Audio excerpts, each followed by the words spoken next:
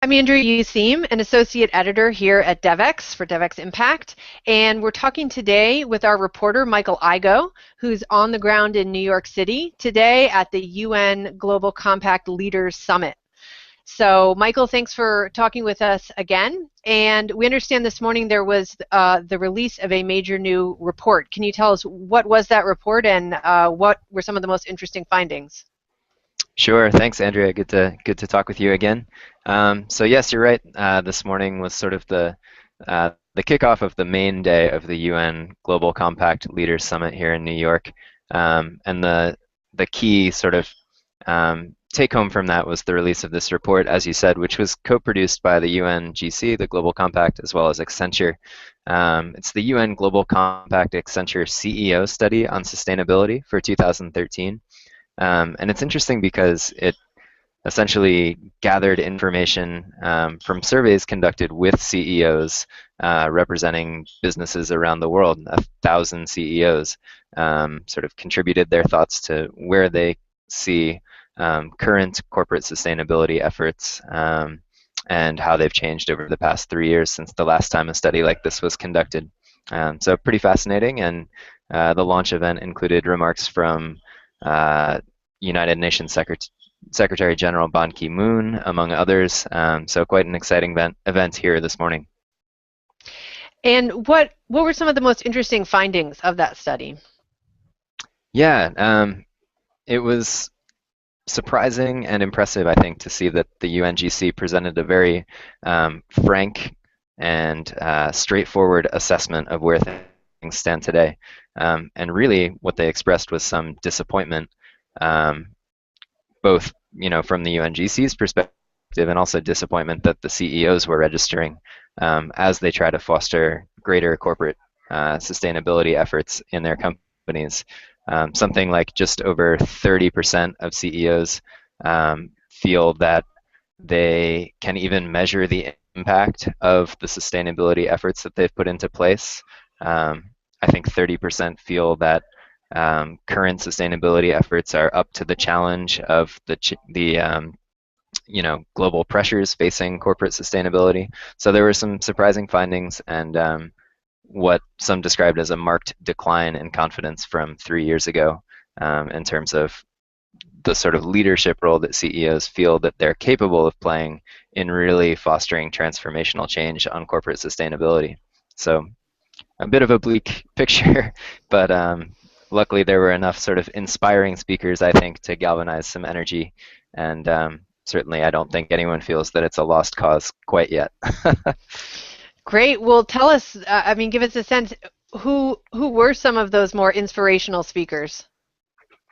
Sure. So as I mentioned, Ban Ki-moon was among the first to speak, and he was addressing the business community, but he was also addressing some of the events that will take place next week and outlining his main priorities for those, which were very specific. They were, making progress on the Millennium Development Goals for the 800 or so days that we have left to do that, setting a post-2015 development agenda, and then finally, and perhaps most specifically, creating a binding treaty on climate change. So that was an interesting thing to hear, especially in front of 1,000 global CEOs who might have a variety of different opinions on what the implications of that would be. But then there was a wide variety of other speakers as well, many from the business community.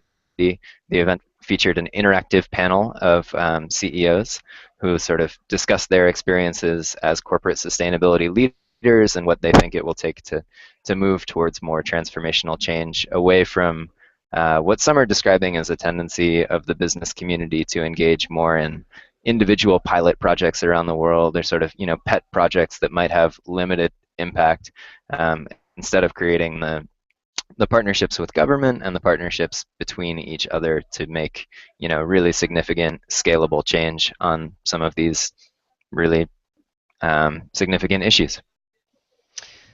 Great, Michael. Were there any surprising moments? Usually CEOs are quite scripted, so was there anything unexpected?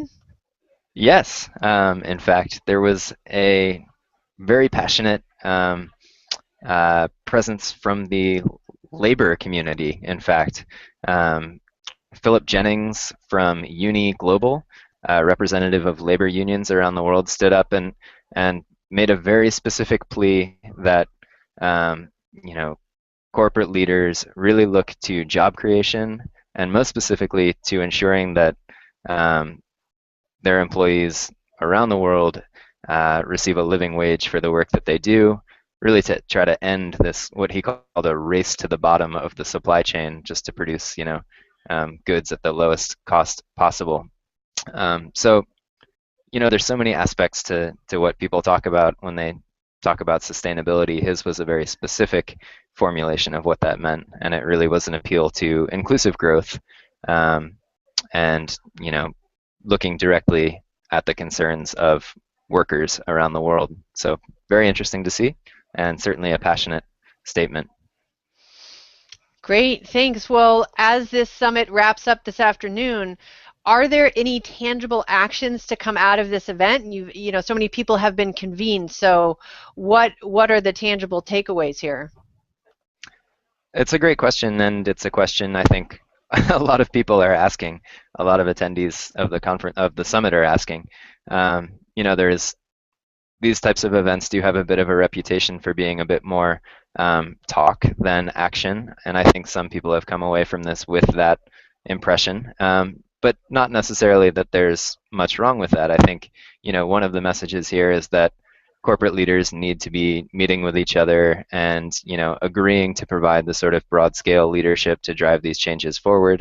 That being said, I do think um, there is the potential for people meeting in rooms and hashing out how to improve their own sustainability efforts. I think right now there are breakout sessions that are meant to be more interactive to discuss how different sectors and how different types of businesses can engage more effectively with governments, to have the sort of policy dialogue that's necessary to make better incentives for consumers and to align markets with longer term sustainability needs. So hopefully those breakout sessions will create the sorts of uh, binding decisions or actionable recommendations that can really mean something. Great, Michael. Well, we will let you get back to it, and just note that instead of letting you come back to our headquarters here in Washington, D.C., you are staying in New York and moving on to the Social Goods Summit in Manhattan, which starts next week. So we'll be checking in with you again. Great. And Michael has really teed up our coverage of the UN General Assembly, where there will be some important discussions and decisions on the post-2015 agenda. So we'll be looking carefully to see what role the private sector will have beyond just an advisory one in that. And of course, next week, we're also bringing you coverage of CGI, which kicks off primarily on Tuesday. So please do check out our DevX site, which is New York Global Dev Week, where we are covering all these events. So Michael, thank you so much for the time, and we hope you have a good weekend before the Social Good Summit starts. Thanks, Andrea.